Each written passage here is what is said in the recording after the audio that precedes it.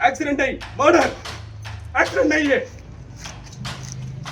छोटा छोटा बेटा बेटी, एक फादर के कितना ड्रीम्स है। अभी तक कितना ऑफिसर अरेस्ट हो गया, कितना ऑफिसर सस्पेंड हो गया। किधर आंसू बहेंगे, शोर मचेगा और फिर सब एकदम शांत हो जाएगा। आखिरकार क्या हुआ है? 11 मौत ही तो हुई है। साहब की कुर्सियां तो सुरक्षित है, किसी की कुर्सी पर कोई खतरा नहीं मंडराया है। बरगी का हादसा, 11 लोगों की मौत, सिसकती हुई इंसानियत और सिस्टम का बेशर्म चेहरा सभी के सामने है। बरगी बांध की लहरों ने यहां पर 11 परिवारों के चिराग को बुझा दिया है। 48 घंटे के लंबे इंतजार के बाद में 2 मासूम बच्चे बेजुबान, शरीर उनका पानी से बाहर आ ही गया। परिजनों का रुदन, यहाँ पर जो पत्थर दिल का कलेजा रखते हैं, उनकी आवाज़ सुनकर उन्हें भी रुला गया है। लेकिन सवाल वही है कि क्या यह सिर्फ एक हादसा है या फिर सिस्टम के हाथों किया गया एक क्रूर हत्याकांड है। मातम के बीच में यहाँ पर मस्ती का एक वीडियो जमकर वायरल भी हो रहा है। एक तरफ यहाँ पर लाशें उठ रही है और दूसरी तरफ सोशल मीडिया पर एक पुराना वीडियो सुर्खियां बटोर रहा है। कई सवाल भी इसको लेकर खड़े हो रहे हैं, जिसके अंदर सिस्टम की संवेदनशीलता की धज्जियां जमकर उड़ाई जा रही है। जरा गौर से देख लीजिए इन भाग्य विधाताओं को जो वीडियो में नजर आ रहे हैं। कुछ दिन पहले का वीडियो है जिसके अंदर जिला पंचायत के साहब यहाँ पर क्रूज पर जल विहार का लुत्फ उठा रहे हैं। सीईओ अभिषेक गहलोत और उनकी पूरी जो टोली है वह दफ्तर में ऐसी कमरों से निकलकर यहाँ पर जो विकास की फाइलें वहाँ पर धुंधली दिखाई दे रही थी, शायद से इसलिए वहाँ से निकले और 10 अप्रैल को यहाँ पर पूरी जमात के साथ में बरगी ड्रेम के क्रूज पर अपनी ऑफिस उसे बना लिया गया था और वहाँ पर बैठक की गई। चाय नाश्ता, ड्रोन, फोटोशूट, यहाँ पर पानी के बीच में नीर से नीति तक की यहाँ पर खोखली बातें की गई। बस यह जो वीडियो है यह सभी को खटक रहा है। वीडियो ध्यान से देखेंगे तो आपकी भी रूह कपकपा जाएगी। नियम कहता है कि यहाँ पर क्रूज पर कदम रखते ही आपको लाइफ जैकेट अनिवार्य रूप से दे देना चाहिए, लेकिन यहाँ साहब की शान में गुस्ताखी हो जाती है। अगर पूछ लिया जाता कि यह लाइफ जैकेट है, आपको पहननी है, और इतनी हिमाकत भी किसी की नहीं थी कि साहब से पूछ लेते। क्या किसी कर्मचारी की इतनी हिम्मत थी कि इन साहबों को सुरक्षा का पाठ पढ़ा देता कि साहब आप पहनिए, आप पहनेंगे तो दूसरे लोग पहन कर आएंगे। जब जिला के अधिकारी वही सुरक्षा नियमों को धत्ता बता रहे हैं, सेल्फी और यहाँ पर ड्रोन शूट में ज़्यादा व्यस्त नजर आ रहे हैं, तो आम पर्यटकों से नियमों के पालन की उम्मीद रखना बेमानी हो जाता है।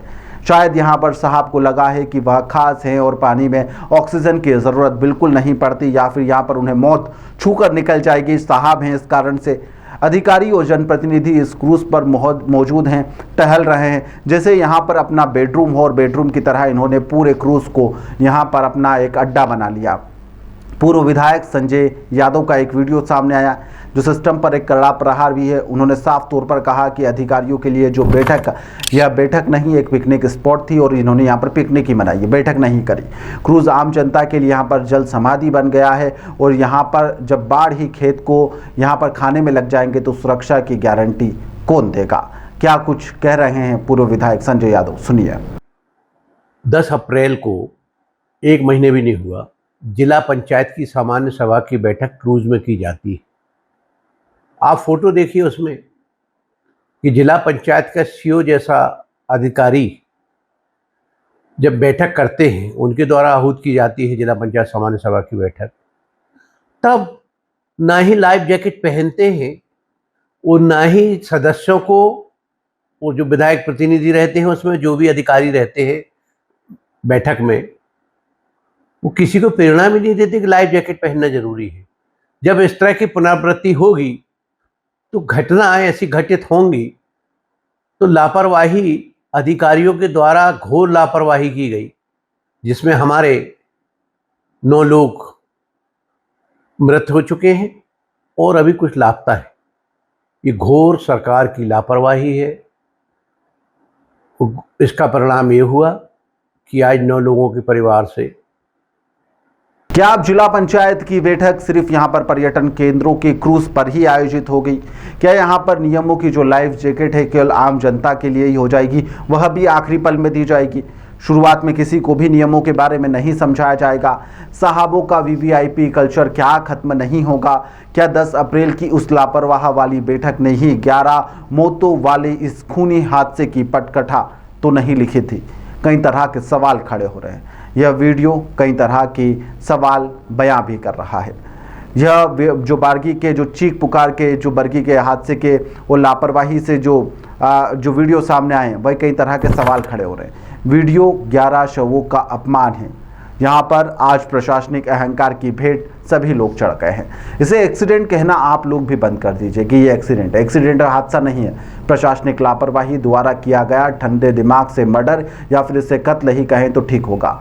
आंसू बहेंगे, शोर मचेगा और फिर सब कुछ एकदम शांत हो जाएगा। आखिरकार 11 मौतें ही तो हुई हैं। साहब की कुर्सियां सुरक्षित है और साहब इसी के लिए यहाँ पर आंसू भी बहा रहे होंगे कि चलिए ठीक है, हमारी कुर्सी तो मच गई, यहाँ पर जाने ही गई है।